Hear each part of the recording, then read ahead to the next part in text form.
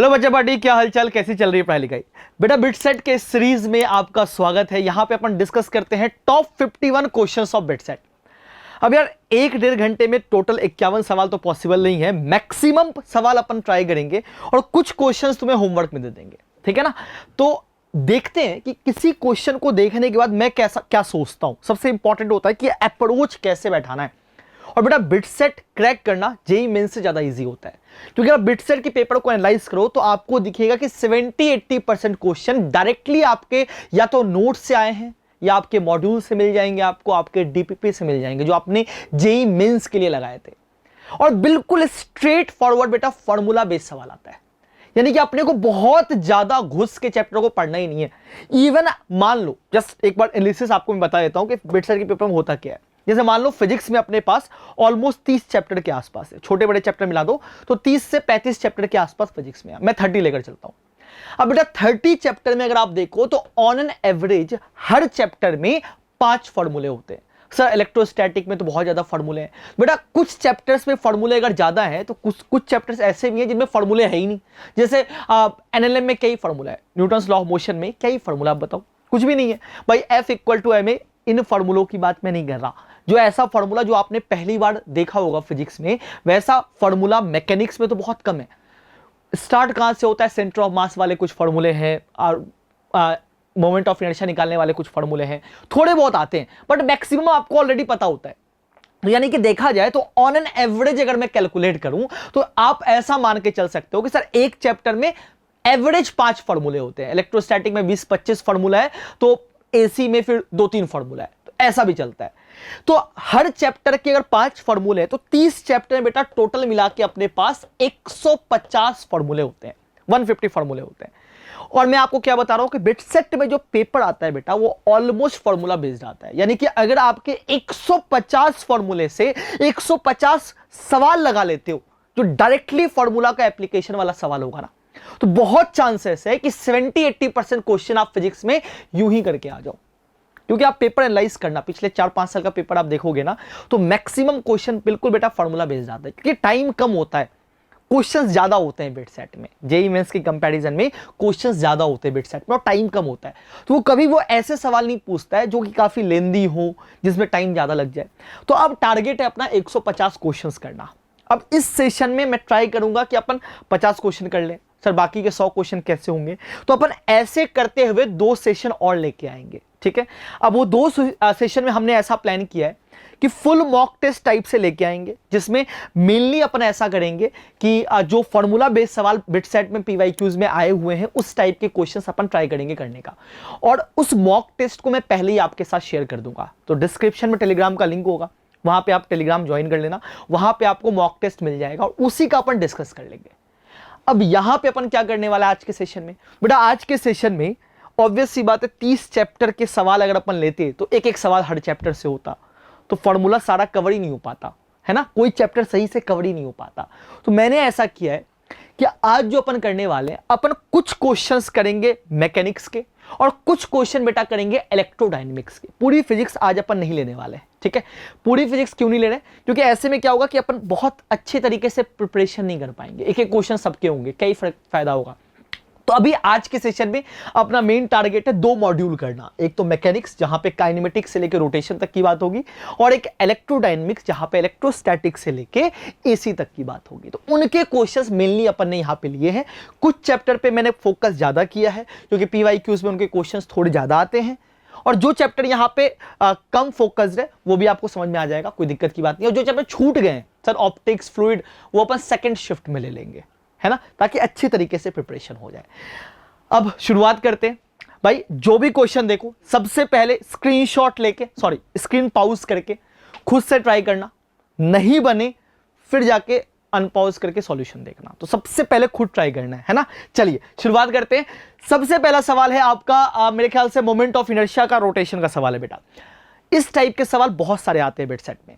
2 ring of radius r and n r of same material, भाई दोनों ring का जो मटेरियल है बेटा वो सेम है, have ratio of moment of inertia about axis passing through centre is 1:64। Moment of inertia का आपको रेशियो दिया हुआ है, उसने पूछा है कि एन की वैल्यू क्या होगी। तो मान लो अपने पास ये 2 रिंग है, ठीक है, ये 2 रिंग है। सबसे पहली गलती अपन क्या करते हैं, अपन दोनों रिंग का मास सेम ले लेते हैं।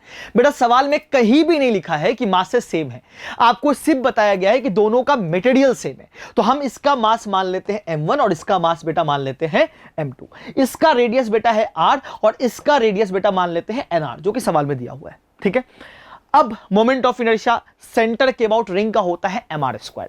तो पहले वाले का मोमेंट ऑफ इनर्शिया बेटा I1 अपॉन I2 हो गया m1r² divided by m2 nr का स्क्वायर, जिसकी वैल्यू बेटा दी गई है 1/64 के बराबर। अब सर मासेस को कैसे गायब करेंगे? बेटा दोनों रिंग सेम मटेरियल के बने हुए, अगर दोनों रिंग बेटा सेम मटेरियल के बने हुए तो मैं ऐसा मान लेता हूं कि लेमडा क्या है, लेमडा इनका लीनियर मास डेंसिटी है, जो कि दोनों रिंग का सेम है और यूनिफॉर्म मान लेते हैं। सर लेमडा क्या होता है? लेमडा होता है मास पर यूनिट लेंथ, दोनों सेम मटेरियल का बना हुआ है और रिंग का बेसिकली लेंथ ही तो होगा, रिंग में क्या होगा बेटा, लेंथ ही तो होगा। अब मैं मास को क्या रख रहा हूं, तो मैंने बोला यार m1 को लिख सकते हैं lambda linear mass density into length, and length of this ring is 2 pi r circumference, और m2 को मैं लिख सकता हूं बेटा lambda into 2 pi n into r. यह आ गया मास m1 m2। अगर तुम यहां पर चिपका दो m1 m2 को तो आपको क्या मिलेगा, देखना लेमडा लेमडा कट जाएगा, आर क्यूब से आर क्यूब कट जाएगा, 2 पाई से 2 पाई कट जाएगा। तो बेसिकली जो हमारा रिजल्ट आएगा वो आएगा 1/64 इज 1/n³। एक n मास की वजह से आएगा और एक n² यहां ऑलरेडी प्रेजेंट है, n³ आ जाएगा। तो n की वैल्यू बेटा 4 आ जाएगी। तो n की वैल्यू पूछा मेरे ख्याल से, तो option C is the right answer. ऐसे अप्रोच करना है। ठीक है, चलिए आगे बात करते हैं। The potential energy for a force F is given by this। ये potential energy का फंक्शन दिया हुआ है आपको x y में। The force acting on particle at a position given by the coordinate। इस कोऑर्डिनेट पे पार्टिकल पे फोर्स कितना लग रहा है आपको पता होना चाहिए बेटा कि जब भी पोटेंशियल एनर्जी से फोर्स निकालना होता है, एक बड़ा छोटा सा बड़ा सिंपल सा इक्वेशन होता है। क्या इक्वेशन होता है? Force is given by minus of del u upon del x i cap plus del u upon del y j cap. अगर z का टर्म होगा तो एक z वाला भी टर्म आ जाएगा, del u upon del z k cap. Minus बहुत इंपॉर्टेंट है। अब डेल क्या है? Partial differentiation. पार्शियल डिफरेंशिएशन आता है तुम्हें? नहीं आता है? देख लो, कोई बात नहीं, बहुत सिंपल होता है, कोई दिक्कत नहीं होता है। जब मैं फोर्स की बात करूंगा तो माइनस को तो मैं रखता ही। अब del u upon del x, जब तुम इसको डिफरेंशिएट करोगे, कॉस का differentiation with respect to x करना है, यानी कि बेटा वाई को कांस्टेंट मानना है। ठीक है, विथ रिस्पेक्ट टू एक्स करने का मतलब वाई को कांस्टेंट मानना है। कॉस का डिफरेंशिएशन हो जाएगा माइनस साइन थीटा, तो यहां से बेटा आ जाएगा minus sine of x plus y, और अंदर वाले का डिफरेंशिएशन भी करना पड़ेगा बेटा, चेन रूल होता है यहां पे। तो एक्स का डिफरेंशिएशन एक्स के रिस्पेक्ट में 1 और वाई का डिफरेंशिएशन एक्स के रिस्पेक्ट में 0, तो 1 आ गया। इसके साथ अपन ने लगा दिया आई कैप।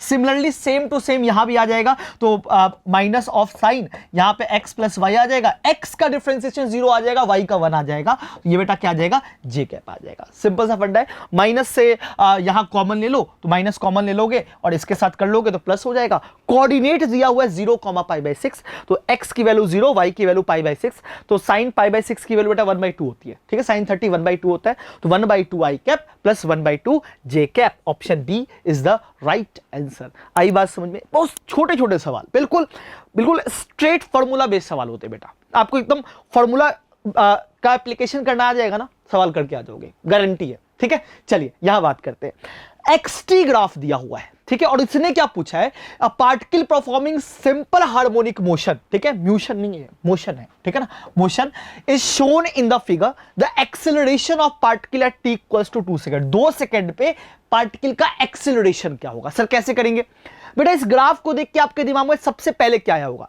सर एक ही चीज आता है कि ये ग्राफ साइनोसॉइडल ग्राफ है। तो एक काम करते हैं ना, इसका इक्वेशन लिख लेते हैं। तो xt का अगर इक्वेशन लिखा जाए तो x equal to a which is 1 sine omega t, ये हो जाएगा एक्स टी ग्राफ। अब ओमेगा की बात करें, ओमेगा क्या होता है? एंगुलर फ्रीक्वेंसी होता है। तो ओमेगा की वैल्यू क्या होगी? बड़ा सिंपल सा फंडा होता है ना यार, पता है कि नहीं पता है?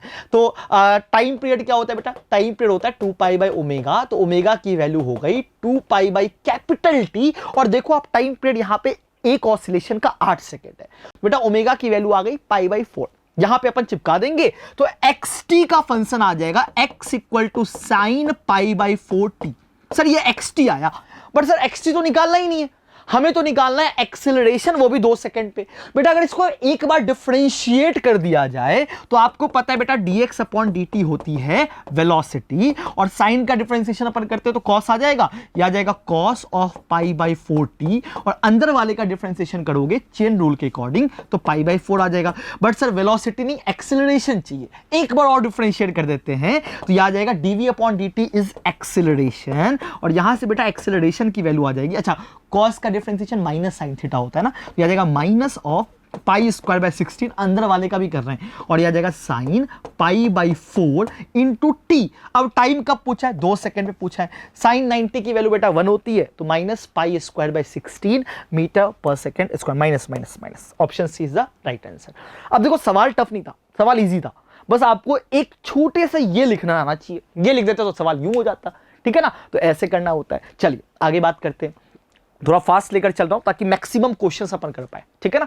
तो अगर ऐसा लगे स्पीड फास्ट है तो आप 0.75x पे देख सकते हो, कोई दिक्कत की बात नहीं है। और जो भी डाउट आते हैं ना सवाल में, आप नीचे कमेंट में कर देना कि सर ये क्वेश्चन में आप ये किया था, ये कैसे हुआ था, तो मैं कोशिश करूंगा उसका रिप्लाई कर देने का, है ना। चलिए, the power dissipated in the circuit is shown in the figure इस 40 वाट। इस पूरे सर्किट में जो पावर डेसिपेशन है वो 40 वाट के बराबर है।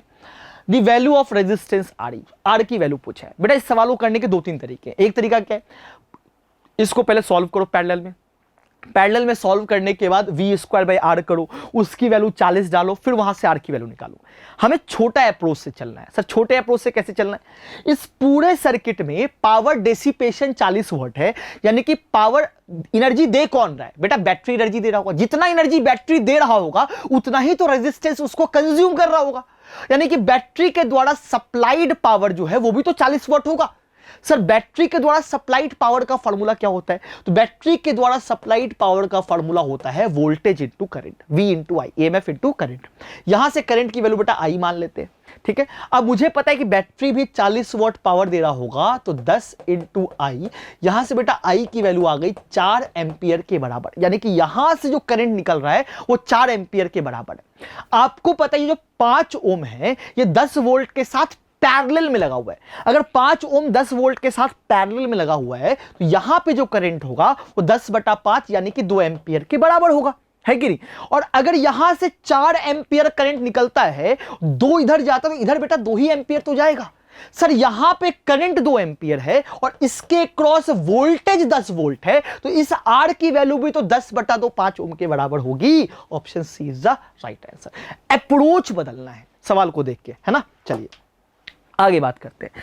The electric field in the magnetic field associated with an electromagnetic wave propagating along Z axis can be represented. अब बहुत सिंपल सा क्वेश्चन है कि आपको प्रोपेगेशन दिया गया है। आपको पता होगा जब भी इलेक्ट्रोमैग्नेटिक वेव अपन पढ़ते हैं तो सी कैप की वैल्यू बेटा ई कैप क्रॉस बी कैप के बराबर होती है। डायरेक्शन के लिए अपन ये फॉर्मूला यूज करते हैं। अब मुझे प्रोपेगेशन दिया हुआ है Z एक्सिस में, कुछ नहीं लिखा है तो मैं पॉजिटिव Z मान के चल रहा हूं, तो सी कैप की वैल्यू यहां पे बेटा के कैप है। तो इलेक्ट्रिक फील्ड और मैग्नेटिक फील्ड पक्का I और J में ही होगा क्योंकि तीनों म्यूचुअली परपेंडिकुलर होते हैं। तो अब ऑप्शन देख लेते हैं कि किनका क्रॉस के कैप दे देगा, वही आंसर है। तो भाई देखो यहां I का अगर J के साथ क्रॉस करते हो बेटा तो ही के आता है, के पॉसिबल ही नहीं है। सर यहां पे के पॉसिबल ही नहीं कि, और ये ऑलरेडी के में है तो कैसे पॉसिबल है। Sir J cross I minus के हो जाता है, इसलिए option A is the right answer. ठीक है, सिंपल सा एप्लीकेशन बेस्ड सवाल। चलिए, What will be the acceleration due to gravity at a depth d where g is the acceleration due to gravity on the surface of earth? अब बेटा direct formula सवाल है, इस पिक्चर से इस क्वेश्चन का कोई रिलेशन नहीं है, गलती से पिक्चर आ गया, ठीक है ना। क्वेश्चन ये पूछा है कि d डेप्थ पे अर्थ में एक्सेलरेशन ड्यू टू ग्रेविटी का फॉर्मूला क्या होता है। अब बिट सेट में बेटा कई बार ऐसा देखा गया है कि डायरेक्ट फॉर्मूला ही पूछ दिया है, सवाल छोड़ो फॉर्मूला ही पूछ दिया कि भाई इसका फॉर्मूला क्या होगा बताओ। अब जैसे ये सवाल है, फॉर्मूला पूछा है, कैसे करेंगे, बड़ा सिंपल सा फंडा है। देखो अपन कुछ नहीं करते, अपने को पता है भाई एक सॉलिड अर्थ में अगर सेंटर से स्मॉल r डिस्टेंस पे अगर आप जाते हो तो acceleration due to gravity g का फॉर्मूला होता है। क्या होता है g का फॉर्मूला, या g डैश बोल देता हूं, g डैश का फॉर्मूला होता है gm/r³ × r, ये होता है जी डैश का formula, acceleration due to gravity at a distance small r from the centre of the earth, अंदर की बात कर रहे हैं सर। अगर डेप्थ d के टर्म में इस फॉर्मूले को लिखना हुआ तो बेटा ये जो है ये कंप्लीट रेडियस r है, तो स्मॉल r को मैं लिख दूंगा, क्या लिख सकता हूं, कैपिटल R माइनस डी के बराबर। इसमें से r निकालो और अंदर भेज दो, एक r निकालो और अंदर भेज दो, तो यह आ जाएगा बेटा gm upon r square 1 minus d by r, और gm upon r square is value of g at the surface of earth, जिसकी वैल्यू यहां पर g दी गई है। तो फॉर्मूला आ गया g into 1 minus d by r, g into 1 minus d by, direct formula भी पूछ देता है कई बार, ठीक है। तो फॉर्मूला अच्छे से याद करना है, अपन उसी चीज की प्रैक्टिस कर रहे हैं। चलिए आगे बात करते हैं। विच of the following graph represent the variation of electric potential with a distance r from the centre of a non conducting charged sphere of radius r। बेटा पोटेंशियल पूछा है किसी सॉलिड स्फीयर के, अगर सेंटर से, नॉन कंडक्टिंग है बेटा, तो सेंटर से अगर आप दूर जाते हो तो यहां से दूर जाने पे इसका पोटेंशियल का डिस्टेंस के साथ कैसा वेरिएशन होता है। अंदर में अगर आपको याद हो, अगर आपको थोड़ा बहुत भी याद हो, तो सॉलिड स्फीयर के अंदर में जो पोटेंशियल का फॉर्मूला होता है बेटा, वो क्या होता है, वो होता है के क्यू बाई 2r, बड़ा लंबा फॉर्मूला होता है, 3 minus small r square by capital R square. ये अंदर में होता है, small r less than r पे, और जैसे आप बाहर जाते हो वैसे ही पोटेंशियल का फॉर्मूला हो जाता है k q by small r, where small r is the distance from the centre. ये फॉर्मूला अपन तब यूज करते हैं जब r greater than capital R होता है। अब इस फॉर्मूले के बेसिस पे जब ग्राफ बनाया गया पोटेंशियल वर्सेस डिस्टेंस का, तो ग्राफ बेटा ये वाला आता है। ये जो ग्राफ आप देख रहे हो ना, यही ग्राफ आता है जहां पे सबसे ज्यादा पोटेंशियल बेटा सेंटर पे होता है। सेंटर पे पोटेंशियल कितना होगा, यहां स्मॉल r की वैल्यू को 0 डाल दो तो 3 के क्यू बाई 2r, सबसे ज्यादा पोटेंशियल सेंटर पे होता है। सर ये पॉइंट कौन सा है बेटा, ये पॉइंट है जब सरफेस की बात होगी, और सरफेस पे पोटेंशियल होता है। यहां पे कुछ मत करो, यहां पे कैपिटल R डाल दो, कहां गया सॉरी, यहां पे कैपिटल R की वैल्यू डाल दो। कैपिटल R जैसे आप यहां पे डालोगे बस आ जाएगा, वैसे यहां भी तुम डाल सकते हो, कोई दिक्कत की बात नहीं है। यहां पे कैपिटल R डाल दो तो के q by capital R is potential at the surface. और उसके बाद का जो ग्राफ है ना, ये देखो रेक्टेंगुलर हाइपरबोला टाइप का ग्राफ है, y equal to something upon x, some constant upon x, उसके बाद हाइपरबोला लेता है, रेक्टेंगुलर हाइपरबोला। उससे पहले ये ग्राफ कुछ क्वाड्रेटिक टाइप का बन रहा है, काइंड ऑफ क्वाड्रेटिक इक्वेशन बन रहा है। तो इसलिए ये पार्ट जो है ये सेंटर के अंदर का है, ये सरफेस पे, और ये सरफेस के बाहर का है। तो एक सवाल से बहुत सारे फॉर्मूले भी याद हो गए, ठीक है ना। चलिए आगे बात करते हैं। ये है resistance R and inductance L and capacitance C all are connected in series with AC supply.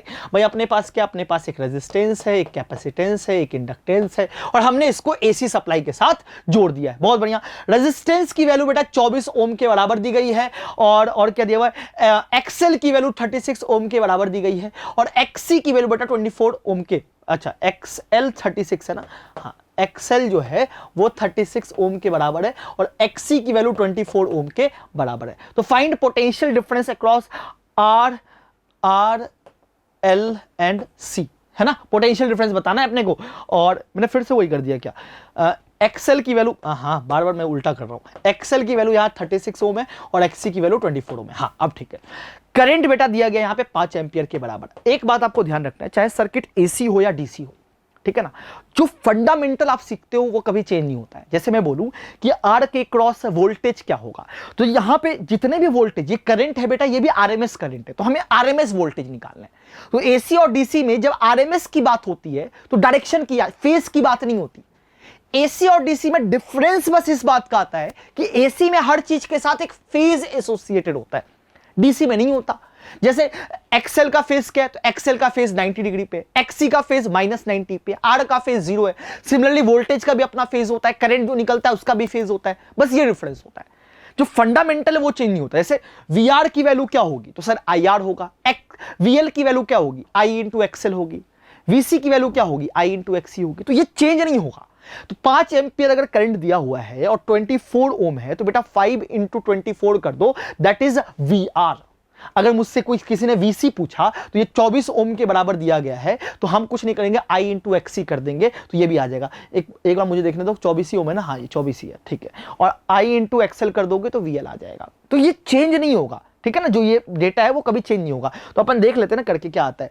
तो ठीक है, और एक्सेल की वैल्यू दी गई है 30। पहले क्या पूछा, आर पूछा है, एल पूछा है, फिर सी पूछा है, यानी कि बेटा ये आ जाएगा 24 इंटू 5, 5 चौका 5, 120 आ रहा है, तो 120 फिर एल जो कि ज्यादा होगा, फिर 120। तो कोई ऐसा ऑप्शन आ रहा है कि हाँ, ऑप्शन डी आ रहा है, 120, 180 और फिर 120, ये ऑप्शन आ रहा है। तो बड़ा सिंपल सा होता है, बिल्कुल डीसी की तरह काम होता है। हाँ, अगर प्रॉपर फंक्शन पूछता तो फिर फेज को लेकर चलना पड़ता, बट 5 एम्पियर दिया बेटा, वो तो आरएमएस होगा ना, तो वोल्टेज भी आरएमएस पूछ रहा है, क्यों दिमाग ज्यादा लगाना है ना। चलिए आगे बात करते हैं। अब ये बोट प्रॉब्लम है, ठीक है, रिवर्स ह्यूमर प्रॉब्लम याद होगा आपको। तो सवाल क्या है समझते हैं। अब boat crosses a river from point A to point B, part नहीं, पॉइंट ए से बी जाता है, एक बोट है मान लो, और ये बोट जो है वो पॉइंट ए से पॉइंट बी जाने की कोशिश कर रहा है एक नदी में, ठीक है, which are just opposite side, the speed of water is VW, जो पानी यहां बह रहा है उसका स्पीड बेटा वीडब्ल्यू के बराबर दिया गया। बहुत बढ़िया, कोई दिक्कत की बात नहीं है। And that of boat VB relative to still water, यानी कि बोट का खुद का जो स्ट्रेंथ है बेटा वो वीबी है। मतलब बोट, अगर स्विमिंग पूल में बोट को चलाओ, ठीक है, या फिर एक ऐसे तालाब में चलाओ जो कि जहां पानी बिल्कुल स्थिर हो, तो बोट वीबी स्पीड से चल सकता है, ये इसका खुद का स्ट्रेंथ है। और वीबी की वैल्यू सवाल में कुछ दिया गया है कि वीबी की वैल्यू जो है वो √2 टाइम्स ऑफ वीडब्ल्यू के बराबर है। इसका मतलब वीबी की वैल्यू ग्रेटर है वीडब्ल्यू से। ये बड़ा इंपॉर्टेंट है, वीबी की वैल्यू वीडब्ल्यू से बड़ी है, ये बहुत इंपॉर्टेंट बात है। क्यों इंपॉर्टेंट है अभी समझते हैं, ठीक है। What is the time taken by the boat if it has to cross the river directly on the line A B. Direct बेटा इसको यहां से यहां पहुंचना है। अब ऑब्वियस सी बात है, उसके लिए उसको सेल बेटा इधर की तरफ करना पड़ेगा, ठीक है। इधर की तरफ सर क्यों करना पड़ेगा, क्योंकि बेटा अगर इधर की तरफ सेल करेगा तो इसका और रिवर का जो वीडब्ल्यू है, इनका रिजल्टेंट ऊपर की तरफ आना चाहिए, तभी वो ए से बी तक पहुंच पाएगा, वरना कहीं और पहुंच जाएगा, ठीक है।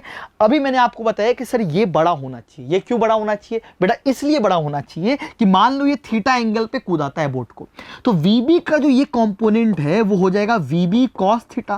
बेटा वीबी कॉस थीटा की वैल्यू अगर वीडब्ल्यू के बराबर नहीं होगी तो ये कटेगा नहीं, और अगर ये नहीं कटेगा तो ऊपर की तरफ इसका कंपोनेंट वीबी साइन थीटा आ ही नहीं सकता, रिजल्टेंट वेलोसिटी ऊपर आ ही नहीं सकती।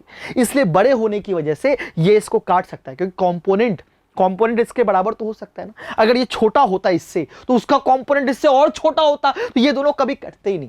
इसलिए बड़ा होना बहुत जरूरी है। अगर आप स्ट्रेट उसको सेल करवाना चाहते हो, तो आप चाहते हो रिजल्टेंट स्ट्रेट आए, तो इसका इससे बड़ा होना बहुत जरूरी है। तो सर पहली चीज तो ये और ये कटना चाहिए, तभी तो रिजल्टेंट ऊपर की तरफ आएगा। यानी कि सिंपल सी बात है, वीबी कॉस थीटा, और वीबी क्या है, वीबी है √2 VW.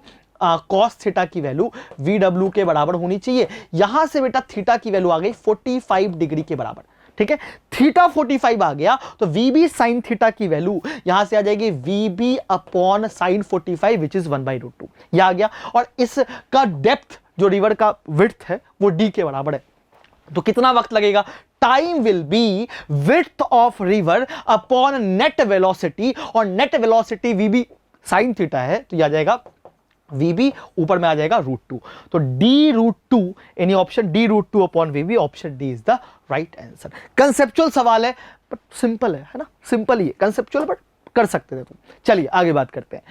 The magnetic moment of A bar magnet is 2m। एक बार मैग्नेट का बेटा मैग्नेटिक मोमेंट आपको दिया गया है 2m के बराबर। मान लो ये बार मैग्नेट है, इसका मैग्नेटिक मोमेंट 2m के बराबर दिया हुआ है। ये m मैग्नेटिक मोमेंट है, इसका मैग्नीट्यूड 2m के बराबर दिया हुआ है, ठीक है। काट मत देना दोनों m को, ठीक है ना, ठीक है। चलिए, the work done to turn the magnet by 90 degree of the magnet in the direction of magnetic field will be. थोड़ा सा स्टेटमेंट ऊपर नीचे है बट सिंपल है। वो कहना चाह रहा है कि एक मैग्नेटिक फील्ड है, ठीक है, मैग्नेटिक फील्ड B जो है इसका मैग्नीट्यूड बेटा B/2 के बराबर है।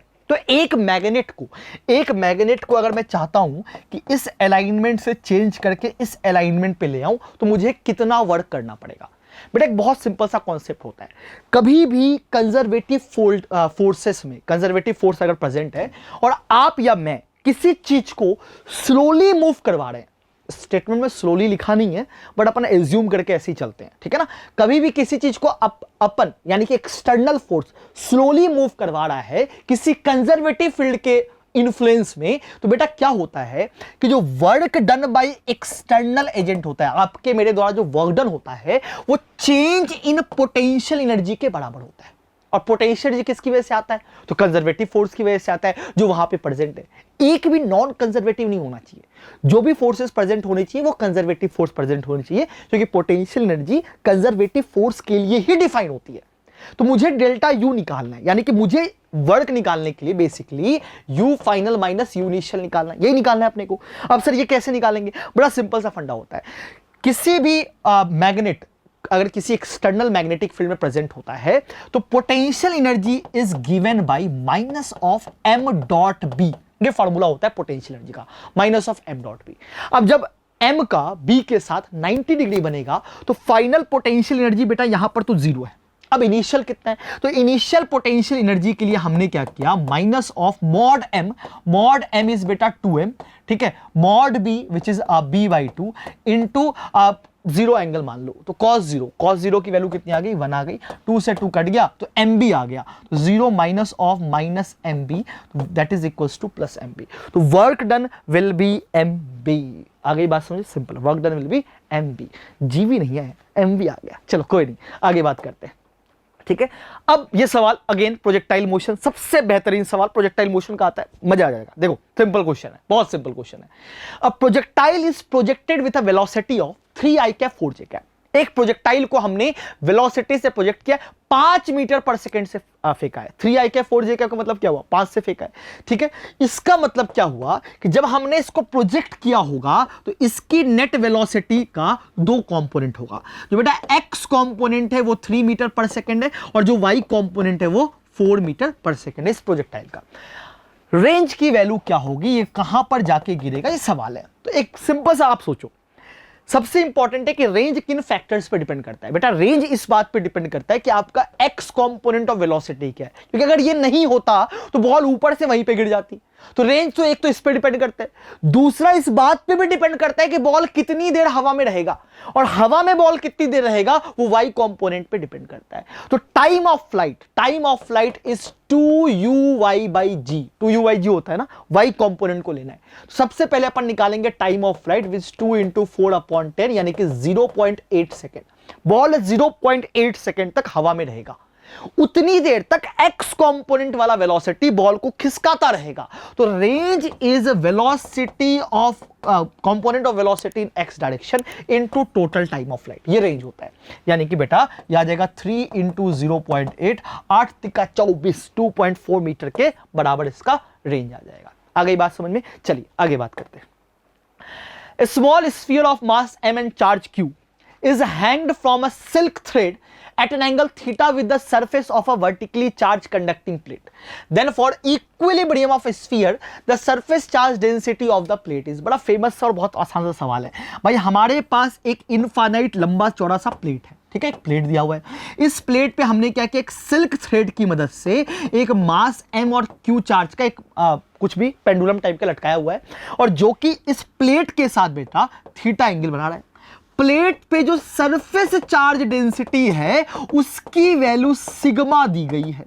तो हमें सिग्मा की वैल्यू निकालनी है। पहले अपन ये सोचते हैं, जब भी अपने पास ये सवाल होते हैं ना भाई इक्विलिब्रियम में, तो सबसे पहले अपन एफबीडी बनाते हैं, फ्री बॉडी डायग्राम, वहीं से शुरुआत होती है।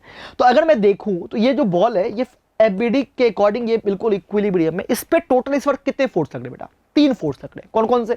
सबसे पहले इस पे लग रहा होगा नीचे की तरफ mg, ठीक है। दूसरा रस्सी की वजह से लग रहा होगा टेंशन, और एक और फोर्स लग रहा होगा इस प्लेट का, यहां पे इलेक्ट्रिक फील्ड होगा, तो इलेक्ट्रिक फील्ड इनटू चार्ज, ये इलेक्ट्रोस्टैटिक फोर्स होगा। ये इक्विलिब्रियम में ये एंगल थीटा है, तो ये भी एंगल बेटा क्या होगा? थीटा होगा। टेंशन का t cos थीटा जो होगा वो mg को बैलेंस कर रहा होगा, और t sin थीटा जो होगा वो इलेक्ट्रिक फील्ड को बैलेंस, इलेक्ट्रिक फील्ड के फोर्स को बैलेंस कर रहा होगा। यानी कि देखा जाए तो t sin थीटा की वैल्यू यहां पे QE के बराबर है, और एक इनफाइनाइट प्लेट का जो इलेक्ट्रिक फील्ड होता है बेटा वो सिग्मा अपॉन 2 एप्सिलॉन नॉट के बराबर होता है, और जो t cos थीटा है बेटा वो बेटा मेरा mg के बराबर है। t cos theta component mg को बैलेंस कर रहा है और एक दूसरे को बैलेंस कर रहा है। डिवाइड करेंगे तो यहां से tan थीटा की value q by 2 epsilon naught mg into sigma के बराबर आ जाएगी। यहां से अगर आप सॉल्व करोगे, हमें सिग्मा की वैल्यू निकालनी है, तो सिग्मा की वैल्यू आ जाएगी 2 epsilon naught mg into tan theta divided by Q.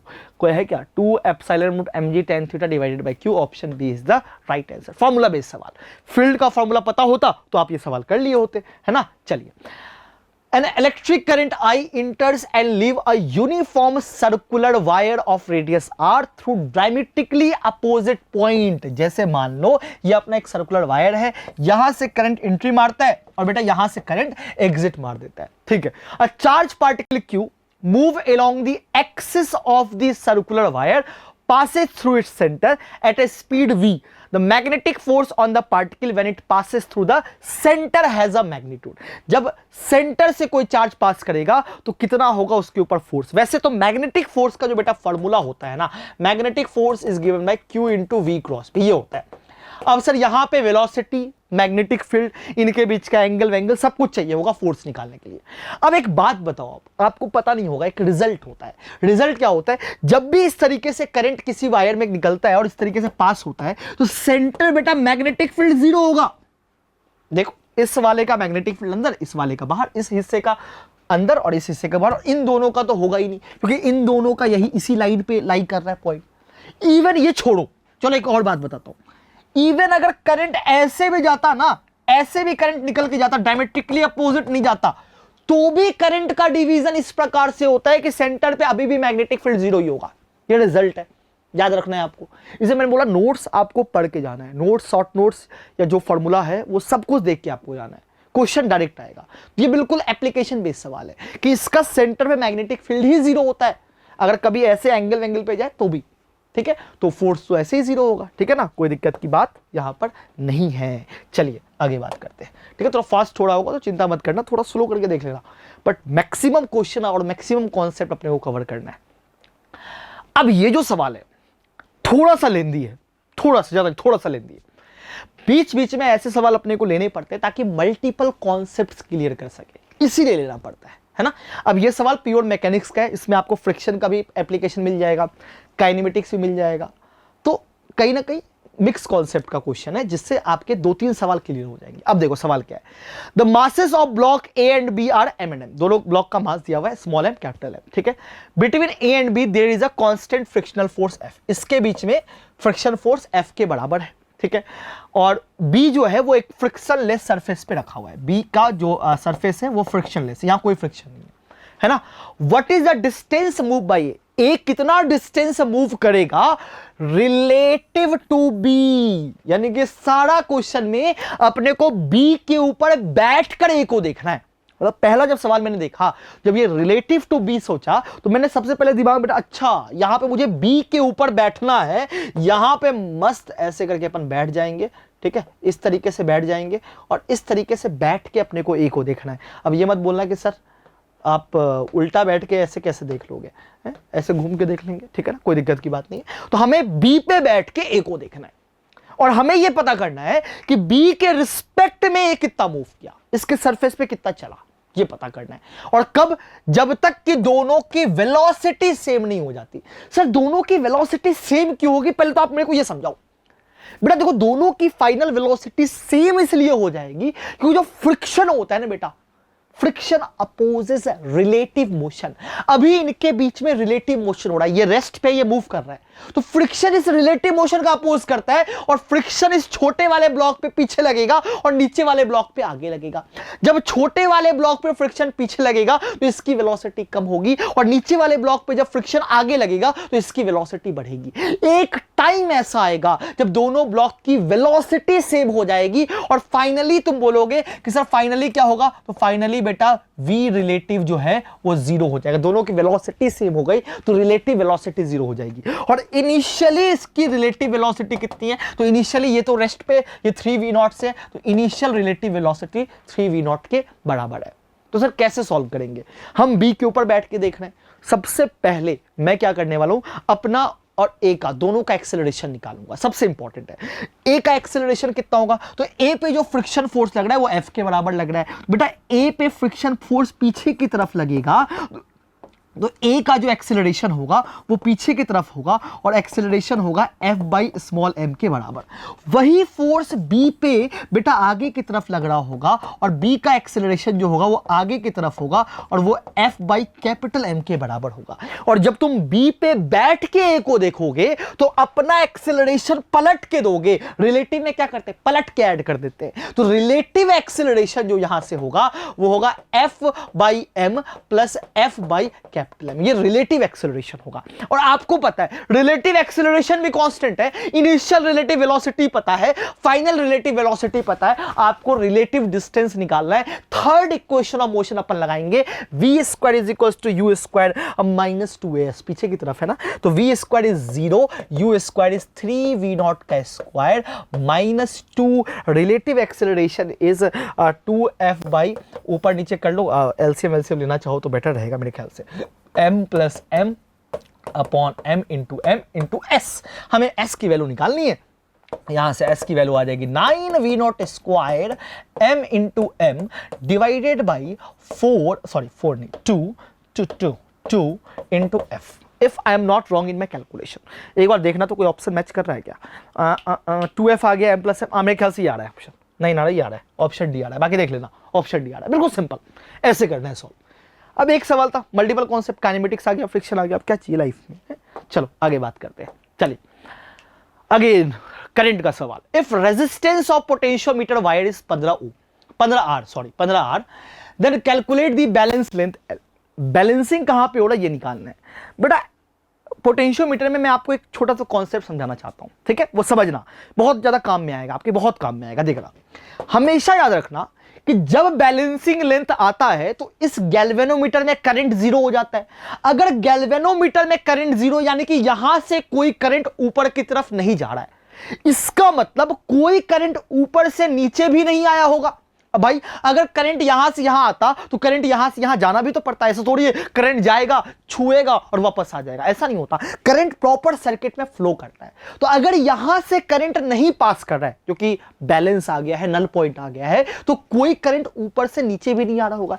इसका मतलब इस सर्किट को ऊपर वाले सर्किट से कोई मतलब नहीं है। नीचे और ऊपर दोनों अपना इंडिपेंडेंटली काम करेगा, दोनों अपना अलग अपने हिसाब से सोचेगा। नीचे वाला अपने हिसाब से सोचेगा, ऊपर वाला अपने हिसाब से सोचेगा। तो ये बड़ा इंपॉर्टेंट पॉइंट है कि पोटेंशियोमीटर में एक को दूसरे से कोई मतलब नहीं होता, ऊपर अपना काम करता है, नीचे अपना काम करता है। लेकिन हां एक चीज तो दोनों में कॉमन होती है, वो क्या सर, अगर ये ए है, ये बी है, ये सी मान लो, तो ये ए वाला पॉइंट यहां भी है और ये सिंस इसमें करंट फ्लो नहीं तो ये भी सी है, यानी कि यहां पे जो वोल्टेज का ड्रॉप होगा इस रॉड में, इतने हिस्से में जो वोल्टेज का ड्रॉप होगा, एग्जैक्टली उतना ही वोल्टेज का ड्रॉप यहां पे भी तो होगा, क्योंकि दोनों पैरेलल में लगे हुए, दोनों पॉइंट्स कॉमन है। तो VA माइनस VC ऊपर से निकालो या VA माइनस VC नीचे से निकालो, दोनों बराबर होंगे।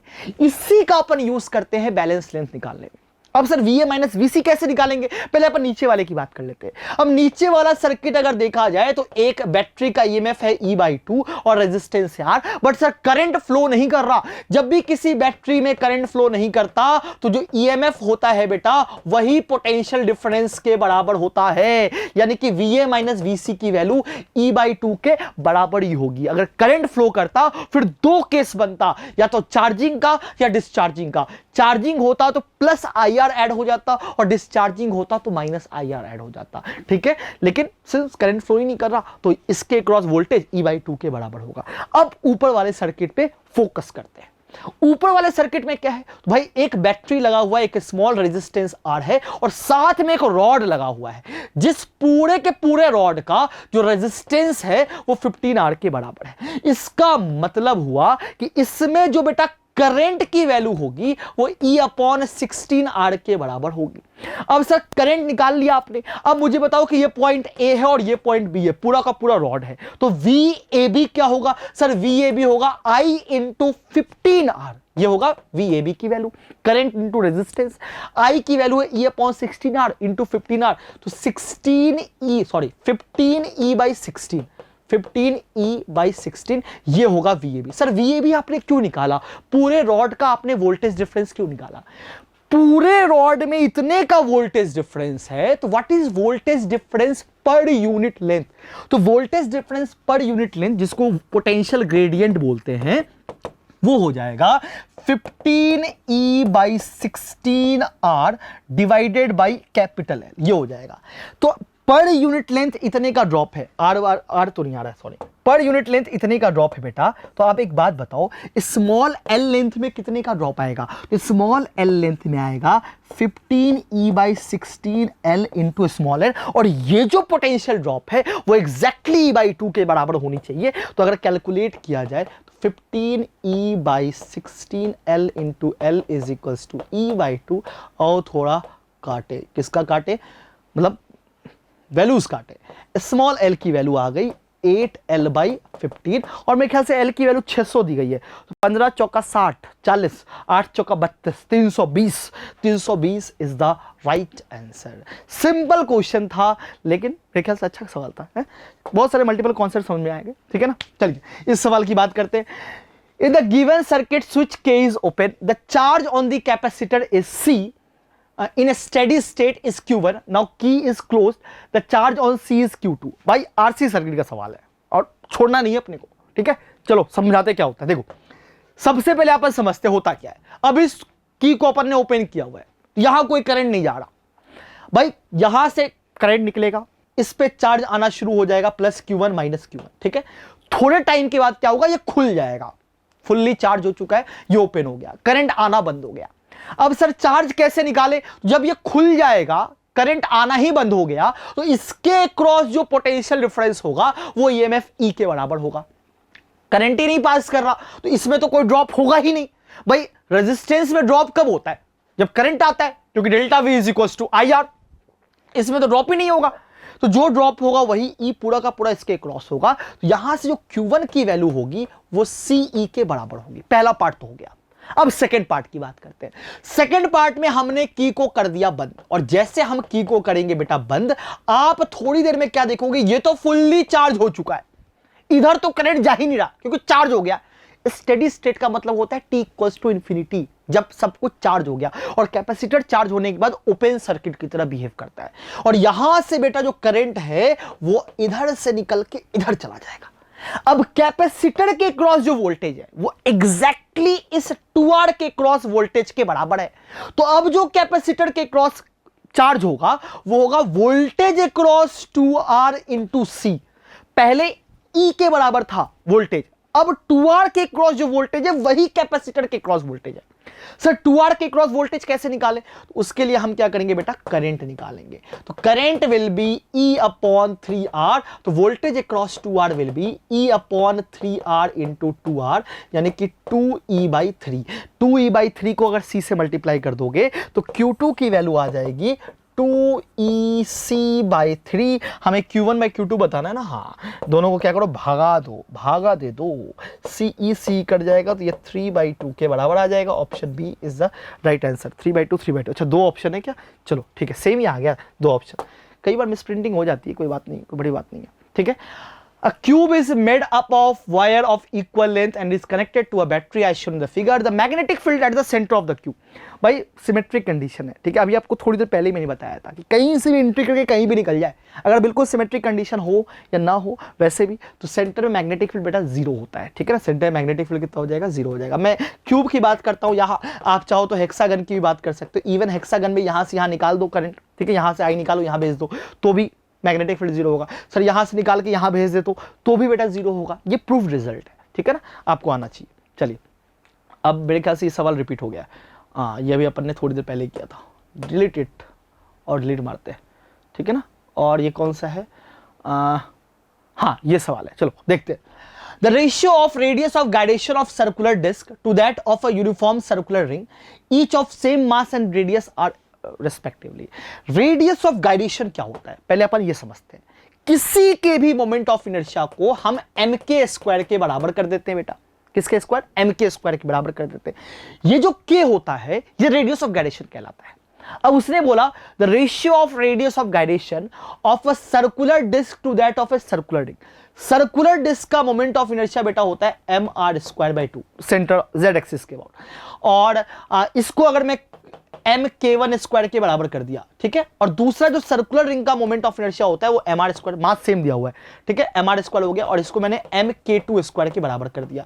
दोनों को डिवाइड कर देते हैं, एम से एम कट गया और आर स्क्वायर से आर स्क्वायर गया। यहाँ से बेटा के वन बाई के टू की वैल्यू आ जाएगी 1/√2 के बराबर। तो यहाँ से क्या पूछा है, रेशियो तो पूछा है 1:√2, 1:√2। Option D is the right answer, ठीक है, सिंपल है। रेडियस ऑफ गायरेशन का सवाल था, खास सवाल था नहीं, ठीक है ना। चलिए आगे बात करते हैं। In the circuit shown in the figure, the AC source give a voltage of 20 cos 2000 t. The voltmeter and the ammeter reading will be. अब ये सवाल बेटा मैं आपके लिए छोड़ रहा हूँ। क्यों छोड़ रहा हूँ सर आपके लिए, हमारे लिए क्यों छोड़ रहा हूँ? क्योंकि कुछ सवाल आप भी तो करो, सारा मैं ही करूँ क्या? आपको वोल्ट मीटर और आमीटर की रीडिंग बतानी है, और सबसे अच्छी बात है आपको आरएमएस बतानी है, मतलब लोड नहीं लेना। सबसे पहले आप क्या करोगे, इस पूरे सर्किट का करंट निकालोगे। करंट कैसे निकालोगे? इंपीडेंस ट्रायंगल बना के। करंट एक बार निकल गया तो इन तीनों के इक्विवेलेंट को अगर आपने करंट से मल्टीप्लाई कर दिया तो V की वैल्यू आ जाएगी। अब इन तीनों का इक्विवेलेंट कैसे निकालेंगे ये मैं आपको नहीं बताऊंगा, क्योंकि इंपीडेंस ट्रायंगल आपने पढ़ा होगा, तो ये सवाल आपको घर से करना है, ठीक है ना। ठीक है, बहुत सारे कॉन्सेप्ट यहां सीखने को मिलेंगे, तो आप घर से करो, ठीक है। नहीं बना तो कोई बात नहीं, कमेंट कर देना, आ जाए आंसर तो भी कमेंट कर देना, ठीक है। चलिए, the field at O, magnetic field O पे निकालना है। करंट कैरिंग ये चार हिस्सा है, और मेरे ख्याल से यहाँ पे इसने कुछ मिस किया है।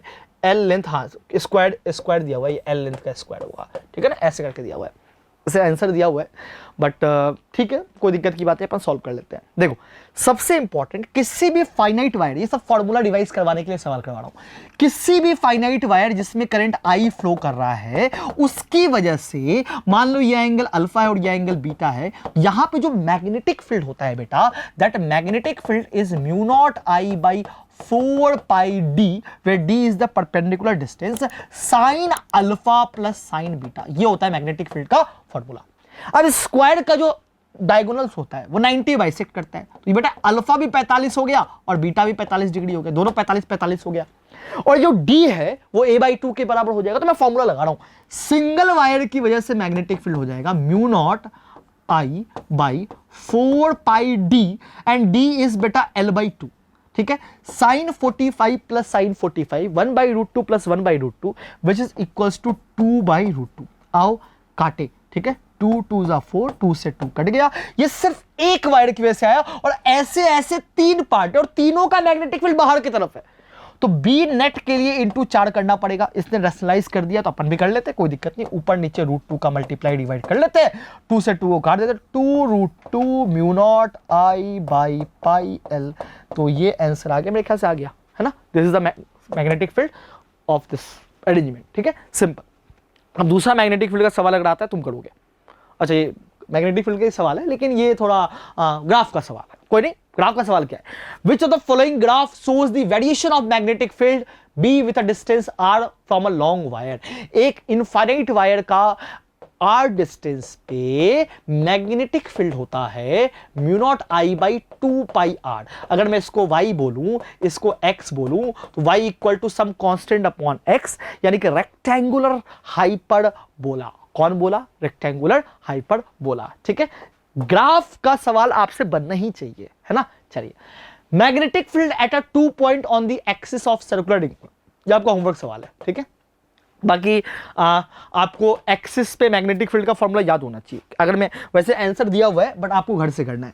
किसी भी सर्कुलर रिंग के एक्सिस पे मैग्नेटिक फील्ड का फॉर्मूला क्या होता है, ठीक है ना। अगर करंट आई फ्लो कर रहा है तो मैग्नेटिक फील्ड का फॉर्मूला होता है म्यू नॉट आई, क्या होता है, mu naught I R square by 2 into R square plus X square की पावर 3/2, ठीक है। ये फॉर्मूला होता है, आपको याद होना चाहिए, और ये फॉर्मूला यूज करके आपको ये सवाल करना है, ठीक है। फिर ऑप्शन में आंसर मैच कर लेना, ठीक है ना। कुछ कुछ क्वेश्चन के यहाँ पे आंसर भी दिए हुए, कोई नहीं, ठीक है, कर लेंगे। सवाल चेंज होता है, बहुत ही famous question. A charge q mass m is moving with a uniform circular motion under the action of a magnetic field B, घूम रहा है। The magnetic moment associated with the charge if the radius of circle is R. देखो, सबसे important, जब भी कोई charge feel करना, 2-3 चीजें यहां पे समझ में आ जाएगा।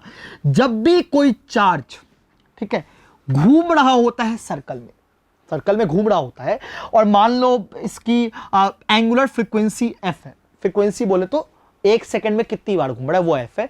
तो इससे एसोसिएटेड करंट होता है charge into frequency. Associated current is charge into frequency, ये होता है एसोसिएटेड करंट। और मैग्नेटिक मोमेंट क्या होता है? तो मैग्नेटिक मोमेंट होता है चार्ज मतलब current into area, area will be pi R square, ये मैग्नेटिक मोमेंट होता है। तो कहीं ना कहीं मुझे इसका और एरिया से मल्टीप्लाई कर देंगे तो मेरा आंसर आ जाएगा। तो यानी कि magnetic moment due to this moving charge will be current which is charge into frequency, and frequency is 1 upon time period into pi R square. अब सर टाइम पीरियड को कैसे निपटाएं? सिंस ये मैग्नेटिक फील्ड के influence में घूम रहा है, तो जब भी कोई चार्ज किसी मैग्नेटिक फील्ड के इन्फ्लुएंस में घूमता है तो time period is 2 pi m upon Q B. ये आपने शायद बचपन में पढ़ा होगा। This is the formula of time period. जैसे आप इसको यहां पे चिपकाओगे तो 2 पाई m ये आ गया, क्यू बी ये आ गया, पाई आर स्क्वायर, पाई से पाई कट गया और कुछ कटा गया, ये q से q स्क्वायर आ गया ना, तो ये आ गया तुम्हारा q square b into R square by 2m। Option Q B R by 2, ये ऑप्शन कौन सा आ गया? क्यू बी आर बाई 2, मेरे ख्याल से रेडियस इज आर, तो ये और है ऑप्शन, ये आ रहा है सी आ रहा है q B R by 2। Nopes not possible. अपन ने आर के टर्म में निकाला, बी क्यू आया, एम आया ना, हाँ ठीक है। Magnetic moment associated with the charge races, ठीक है। मेरे ख्याल से कुछ मिसप्रिंटिंग हो गई है, ठीक है ना। बाकी एक बार देख लेना आप, ये कुछ मिसप्रिंटिंग मेरे को लग रहा है, यहाँ पे कुछ मिसप्रिंटिंग हुई है क्योंकि अपन ने सही निकाला। मैग्नेटिक मोमेंट ही पूछा ना, द मैग्नेटिक मोमेंट, हाँ करंट इंटू एरिया होता है, एरिया पाई आर स्क्वायर हो जाएगा और करंट की वैल्यू चार्ज इंटू फ्रीक्वेंसी हो जाएगी और चार्ज इंटू फ्रीक्वेंसी से अपन ने निकाल लिया, ठीक है। तो आई गेस कुछ गड़बड़ है, पता लगाओ, ठीक है, कोई नहीं। चलिए, a ring of radius R with charge Q uniformly distributed over it is rotated with an angular speed omega around its axis, the magnitude of magnetic moment of the ring। आपको एक फॉर्मूला याद करना पड़ेगा। जब भी किसी charge वाली चीज को, जब भी बेटा किसी चार्ज वाली चीजों को अगर हम ओमेगा से घुमा रहे होते हैं तो आपको याद रखना है मैग्नेटिक मोमेंट और एंगुलर मोमेंटम का जो रेशियो होता है ना वो कांस्टेंट होता है और वो q/2m के बराबर होता है।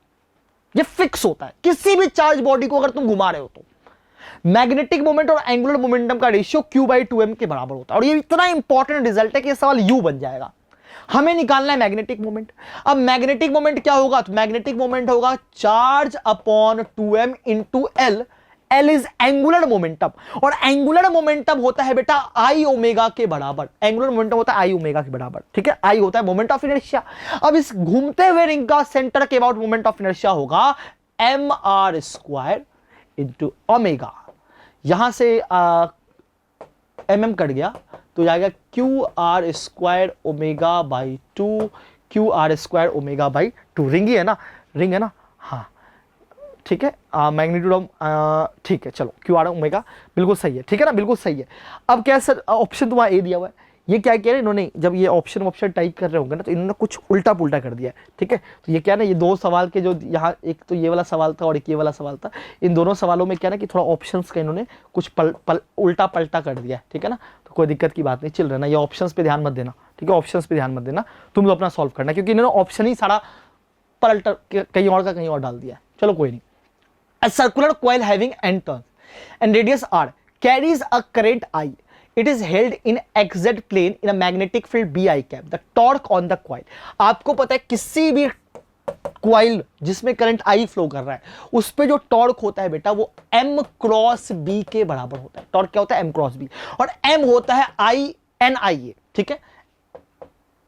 Magnetic moment n I a, ये होता है magnetic moment into b into sine theta, ये होता है सिंपल। टॉर्क के मैग्नीट्यूड की बात करें। अब सर्कुलर कॉइल है, n टर्न्स है, ठीक है, रेडियस r है, कैरीज करंट I, तो ये हो गया n I, रेडियस r है तो पाई आर स्क्वायर इसका एरिया हो गया, ठीक है। It is held in XZ plane, भाई एक्सजेड प्लेन में रखा गया है और मैग्नेटिक फील्ड किधर की तरफ है? तो मैग्नेटिक फील्ड I कैप है। एक्सजेड प्लेन में अगर ये कॉइल रखा गया है तो इसका एरिया वेक्टर बेटा किधर की तरफ होगा? y में होगा। एरिया वेक्टर y में होगा और मैग्नेटिक फील्ड I में है तो 90 का एंगल बन रहा है। मैग्नेटिक फील्ड के साथ एरिया वेक्टर का जो एंगल है वो 90 है तो साइन 90 की वैल्यू बेटा 1 हो जाएगी। तो यह आ जाएगा N I pi R square into B. देखो कौन सा ऑप्शन आ रहा है, NI pi R square into B. देखो अब इसका ऑप्शन सी आ रहा है, ठीक है, तो ये सही दिया हुआ है, सी ऑप्शन आएगा, ठीक है ना। चलिए अब बेटा इस सवाल की बात करते हैं। An AC voltage is applied across the series combination of L and R. If voltage drop across resistor and inductor are this respectively, then applied peak voltage. याद रखना बेटा AC में जो वोल्टेज होता है, जैसे LR सर्किट दिया हुआ है, जैसे ये सर्किट दिया हुआ है, LR सर्किट दिया हुआ है। अब ऐसा नहीं होगा कि सर LR सर्किट में अगर इसके क्रॉस वोल्टेज है 20 वोल्ट और इसके क्रॉस है 15 वोल्ट, तो 15 प्लस 20 करके 35 आंसर मार के आ जाएंगे। बेटा DC में होता है, AC में हर चीज के साथ फेज होता है, और फेज ऐसा होता है कि जो VR और VL है इनके बीच में बेटा एंगल 90 डिग्री का होता है। तो हमें वेक्टर एडिशन करना होता है जब हमें नेट वोल्टेज निकालना होता है। तो नेट वोल्टेज के लिए हमें क्या करना पड़ेगा, यहां पे जब आप नेट वोल्टेज कैलकुलेट करोगे तो √20 का स्क्वायर प्लस 15 का स्क्वायर करना पड़ेगा, यानी कि आ जाएगा √400 प्लस 225, 625 आ जाएगा, जो कि 25 वोल्ट के बराबर है। तो ऐसे करना पड़ता है, AC में हर चीज फेज के साथ होता है ना। चलिए आगे बात करते हैं। An alternating voltage applied across RL combination, V की वैल्यू दी गई है, करंट दिया गया है, द पावर कंजप्शन। बट अब पावर जो होता है AC में होता है VRMS IRMS into cos phi. VRMS की वैल्यू है 220 अपॉन √2, IRMS की वैल्यू हो जाएगी 4 अपॉन √2, और कॉस फाई की वैल्यू हो जाएगी इनके बीच का phase difference which is 60 degree. Cos 60 and cos 60 will be 1/2। तो यहां से इसको कैलकुलेट कर लो, मेरे ख्याल से ये कट सब कट जाएगा और 220 वॉट आ जाएगा पावर की वैल्यू, ठीक है। ये एक्टिव पावर कंजप्शन होता है, ठीक है ना। चलिए आगे बात करते हैं। In an AC network shown in the figure, the RMS current flowing through the inductor and capacitor is. Again आप समझना, यहां पे दो सर्किट आपको दिया हुआ है। इंडक्टर में जो करंट फ्लो कर रहा है वो फ्लो कर रहा है 0.6 एम्पियर, एंड कैपेसिटर में जो करंट फ्लो कर रहा है वो फ्लो कर रहा है 0.8 ampere. Then current coming out of the source, यहां से कितना करंट आ रहा है ये निकालना है। बेटा ये पैरेलल सर्किट है, और यहां पे इस तरीके से आप नहीं कर सकते कि 0.8 को 0.6 के साथ ऐड करके आंसर बता दो कि सर 1.4 हो जाएगा। बेटा AC में करंट के बीच का भी फेज होता है, पैरेलल में करंट के बीच का फेज होता है। सर कितना फेज होता है बेटा, जो करंट इससे फ्लो कर रहा होगा और जो करंट इससे फ्लो कर रहा होगा इनके बीच में 180 का फेज डिफरेंस होता है। यानी कि अगर मैं बोलूं कि ये करंट मेरा IL है, तो बेटा ये वाला जो करंट होगा ये IC होगा, तो जो नेट करंट होगा वो होगा 0.8 माइनस 0.6 विच इज 0.2 एम्पियर। सुनने में बड़ा अजीब लग रहा होगा, बट ऐसे ही होता है AC में, इसलिए ये सारे छोटे छोटे सवाल लिया मैंने, ठीक है ना। चलिए, for RLC circuit driven with the voltage VM, the frequency इतना, द क्वालिटी फैक्टर। बेटा क्वालिटी फैक्टर का फॉर्मूला आपको याद होना चाहिए। 3-4 फॉर्मूले होते हैं क्वालिटी फैक्टर के। एक होता है रेजोनेंस पे जो XL की वैल्यू है, यानी कि ω0 इंटू L अपॉन रेजिस्टेंस, और रेजोनेंस पे XL XC के बराबर होता है, और XC किसके बराबर होगा 1 अपॉन ω0 C।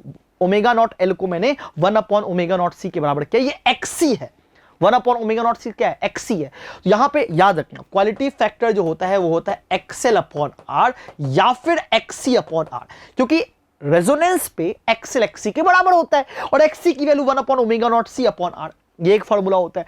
दूसरा फॉर्मूला आप चाहो तो ω0 को लिख सकते हो 1 अपॉन √LC। तो ये आ गया, ऊपर में चला गया √LC और ये आ गया CR।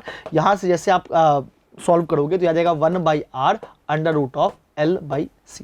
ये 3-4 फॉर्मूले होते हैं क्वालिटी फैक्टर के। तीनों चारों फॉर्मूले आपको याद होने चाहिए, 2-3 बार सवाल आ चुका है, डायरेक्ट फॉर्मूला बेस्ड सवाल पूछता है, ठीक है। चलिए आगे बात करते हैं। Two thin long parallel wire separated by a distance B are carrying a current I ampere each. The magnitude of force per unit length exerted by one wire to other. ये तो मैं नहीं बता रहा भाई, जेई का PYQ सवाल है, बिट सेट में भी आ चुका है, ये तो मैं नहीं बता रहा। डायरेक्ट फॉर्मूला ये आपको घर से बता रहा है, वैसे आंसर लिखा हुआ है बट आप ट्राई करना, ठीक है। चलिए, figure shows a conducting loop ADCA, ठीक है, ADCA, बहुत बढ़िया। कैरीज अ करंट I, भाई इस लूप में I करंट फ्लो कर रहा है, is place in a region of uniform magnetic field B0।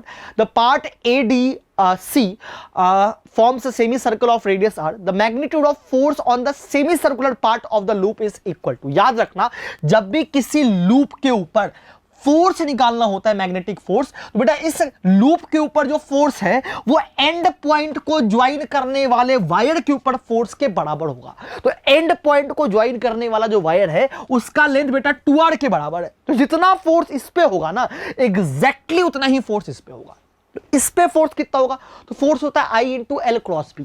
अब देखा जाए तो L और B के बीच में ऐसे भी एंगल 90 बन रहा है, तो क्रॉस करने पे sin 90 की वैल्यू 1 हो जाएगी। तो मैग्नेटिक फोर्स का जो फॉर्मूला होता है वो होता है I into D L cross B, तो उससे कोई दिक्कत नहीं है, sin 90 1 हो जाएगा। तो I dl की वैल्यू 2r इंटू बी, तो I into 2r into B, option D is the right answer. ठीक है, चलिए आगे बात करते हैं। A conducting circular loop of radius r carries a constant current I. It is placed in a uniform magnetic field B such that B is perpendicular to the plane of the loop. The net magnetic force acting किसी भी close loop को अगर uniform magnetic field में place कर दिया जाता है बेटा, तो उसके ऊपर नेट फोर्स 0 के बराबर होता है। क्लोज लूप को ध्यान रखना इस बात को, छोटे छोटे क्वेश्चंस है, जल्दी जल्दी करके खत्म करते हैं। A conducting loop carries a current I placed in a uniform magnetic field pointing into the plane. ये प्लेन दिया हुआ XY प्लेन में, मैग्नेटिक फील्ड अंदर की तरफ है, तो loop will have tendency net force. अभी मैंने आपको बताया कि जब भी किसी करंट कैरिंग लूप को एक्सटर्नल यूनिफॉर्म मैग्नेटिक फील्ड में प्लेस किया जाता है, नेट फोर्स 0 होता है, बट बेटा नेट टॉर्क 0 नहीं होता। नेट फोर्स 0 होता है बट नेट टॉर्क 0 नहीं होता। अब टॉर्क कैसा होगा? तो टॉर्क होता है M क्रॉस B। आप देखो, घुमाओ हाथ, M किधर की तरफ है बेटा? M अंदर की तरफ है, ठीक है, M अंदर की तरफ है, तो M क्रॉस B से टॉर्क आएगा, नेट फोर्स 0 होगा। अब लेकिन यहां पे ऑप्शन उस तरीके का नहीं है, ऑप्शन है कि ये कॉन्ट्रैक्ट करेगा, एक्सपैंड करेगा, क्या होगा ये पता करने के लिए हम क्या करने वाले हैं, एक छोटा सा हिस्सा पकड़ेंगे, इस छोटे से हिस्से पे फोर्स की डायरेक्शन निकालते हैं। तो dl cross B, force on loop is I into dl cross B, छोटे से हिस्से पे। तो dl क्रॉस B बाहर की तरफ फोर्स आ रहा है, इस छोटे से हिस्से की बात करते हैं, dl क्रॉस B फोर्स इधर की तरफ आ रहा है। इस पूरे लूप पे नेट फोर्स तो 0 है लेकिन रेडियली आउटवर्ड है, तो ये लूप एक्सपैंड करना चाहेगा। तो बेटा option B is the right answer. ठीक है, नेट टॉर्क भले ही इस पे नॉन जीरो हो, लेकिन नेट फोर्स हमेशा किसी भी यूनिफॉर्म मैग्नेटिक फील्ड में अगर लूप को रखते हो तो नेट फोर्स 0 होगा। चारों तरफ से फोर्स लग रहा है, एक्सपैंड करने की टेंडेंसी है, बट नेट फोर्स 0 का। नेट टॉर्क 0 हो भी सकता है, नहीं भी हो सकता है, क्योंकि नेट टॉर्क जो होता है इस लूप के ऊपर ये होगा बेटा M क्रॉस B के बराबर, डिपेंड करता है थीटा की वैल्यू 0 डिग्री है या 180 डिग्री है M और B के बीच में, तो टॉर्क भी 0 हो सकता है, बट टॉर्क में आता है, टॉर्क का फॉर्मूला आता है, नेट फोर्स 0 होता है ना। चलिए बात करते हैं। L shape rotated with a constant omega, find VAB।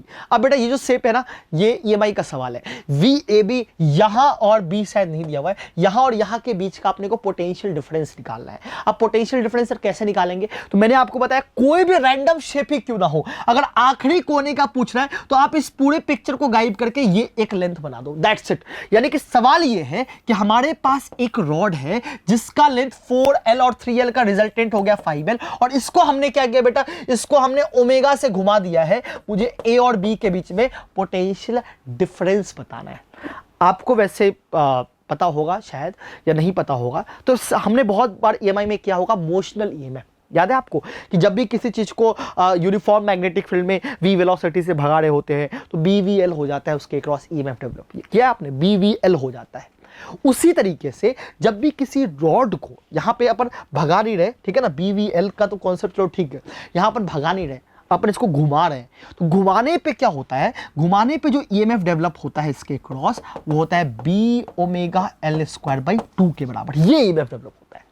थोड़ा डिफरेंट है, NCERT में इसका प्रूफ भी किया हुआ है, आपको फॉर्मूला याद होना चाहिए, V omega L square by 2। अब L की वैल्यू कितनी है तो 5 है, तो देखो B ओमेगा 5 का स्क्वायर 25/2। अब माइनस प्लस का ध्यान कैसे रखना है, तो आप ओमेगा की डायरेक्शन देखो, ये ओमेगा इस तरीके से है, तो प्लस कैसे होगा, तो आपको कुछ नहीं करना, V क्रॉस B करना है। क्या करना है, V क्रॉस B किधर की तरफ है भाई, तो मैग्नेटिक फील्ड नहीं दिया हुआ है क्या, सॉरी यहाँ पे एक छोटा सा इसे मिसप्रिंट कर दिया है, मैग्नेटिक फील्ड मेरे ख्याल से दिया नहीं है, तो मैग्नेटिक फील्ड ऐसा होगा, ठीक है, मान लो दिया नहीं है, ठीक है। V क्रॉस B से अंगूठा जिधर आएगा उधर पॉजिटिव होगा और इधर निगेटिव होगा, ठीक है। V क्रॉस B से जिधर अंगूठा आएगा उधर पॉजिटिव होगा, इधर निगेटिव होगा, सिंपल लॉजिक होता है। और ये फॉर्मूला कहां से आता है, ये NCERT आप पढ़ो। सर आपने इस L शेप को, रॉड को ऐसा क्यों बदला, जैसा कि मैंने यहां पे किया था ना बेटा, अभी जस्ट यहां पे सेम चीज मैंने किया है कि किसी भी कर्व पे फोर्स निकालना हो या कर्व के क्रॉस EMF निकालना हो तो आपको क्या करना है, एंड पॉइंट को ज्वाइन करके काम करना है, दैट्स इट, और कुछ नहीं करना है ना। चलिए आगे बात करते हैं, ठीक है ना। आइए, अब a rod of mass m and length l is pushed along a smooth parallel railroad with initial velocity v naught, the stopping distance is।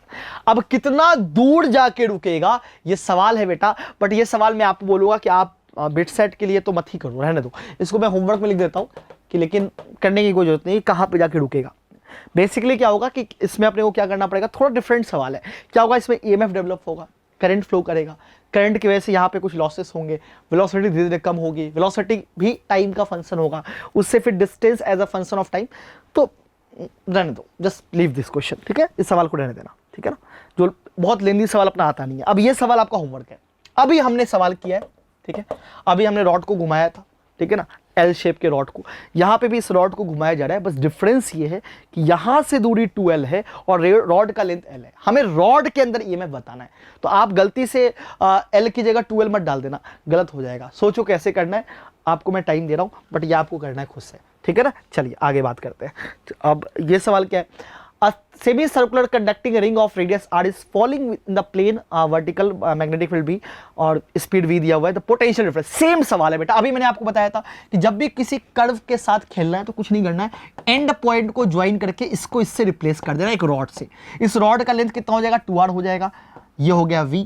अब एक बार आगे सब कुछ आ गया, तो ईएमएफ कितना होता है, तो ईएमएफ bvl होता है, तो ये आ जाएगा b वेलोसिटी v और l हो जाएगा 2r के बराबर। और सर पॉजिटिव निगेटिव क्या होगा, तो v क्रॉस b से इधर जो आया अंगूठा बेटा, ये पॉजिटिव ये निगेटिव, तो क्या हो जाएगा 2rvb and q is at higher potential. q जो है बेटा वो हायर पोटेंशियल पे है और ये lower potential. v cross b कर लेना, जिधर अंगूठा आएगा वो पॉजिटिव, एल्स वाला निगेटिव, है ना। चलिए आगे बात कर लेते हैं। The magnetic flux through a coil varies at the ratio of EMF at, आपको पता है according to the Faraday law बेटा ईएमएफ होता है minus of mod, minus mod लगा रहा हूं तो माइनस क्यों लगा रहा हूं, D phi by D T. आपको कुछ नहीं करना, इसको डिफरेंशिएट करना है, तो EMF as a function of time will be 10t+6। 10t+6 आ गया, पहले 3 डाल दो, तो टाइम 3 सेकंड पे जो ईएमएफ है वो 36 वोल्ट के बराबर है, और जीरो पे कितना है, तो जीरो पे जो ईएमएफ है वो 6 के बराबर है, तो 6:1 का रेशियो आ गया, ठीक है ना। चलिए आगे बात करते हैं, छोटे छोटे सवाल है, ठीक है ना। अब बेटा कुछ सवाल और भी है, 2-3 सवाल यहाँ पे और भी दिए हुए हैं, तो ये 2-3 सवाल बेटा आपको घर से करना है, ठीक है। बाकी मैंने आपको बताया कि आपको टेलीग्राम ज्वाइन करना है, डिस्क्रिप्शन में लिंक दिया गया है, और कुछ सवाल आपको टेलीग्राम पे दे दिया जाएगा एज अ मॉक टेस्ट, जिसको अपन डिस्कस कर लेंगे। तो आज का मेन टारगेट था थोड़ा मैकेनिक्स, थोड़ा इलेक्ट्रोडायनेमिक्स। अगला जब सेशन होगा तो वहां पे ऑप्टिक्स, फ्लूइड, थर्मो, वेव, इनको कवर करेंगे, मॉडर्न कवर करेंगे। इस तरीके से 2-3 सेशन में आपका पूरा का पूरा रिवीजन हो जाएगा, है ना। कोई भी डाउट हो ना तो आप कमेंट कर सकते हो डिस्क्रिप्शन में, मतलब कुछ भी मतलब कमेंट कर दो कि सर इसका ये समझ में नहीं आया, तो मैं कोशिश करूंगा रिप्लाई कर देने का, या नेक्स्ट सेशन लेंगे तब बात कर लेंगे, है ना। तो रखते हैं बस सेशन को इतना ही लंबा, ऑलरेडी बहुत लंबा सेशन हो गया है, ठीक है। तो अच्छे से देखना और जरूर कमेंट करना कि सेशन आपको कैसा लगा, कंसेप्ट्स बहुत सारे क्लियर हुए कि नहीं हुए। चलो बाय, टेक केयर बेटा, ऑल द बेस्ट। मोशन है तो भरोसा है।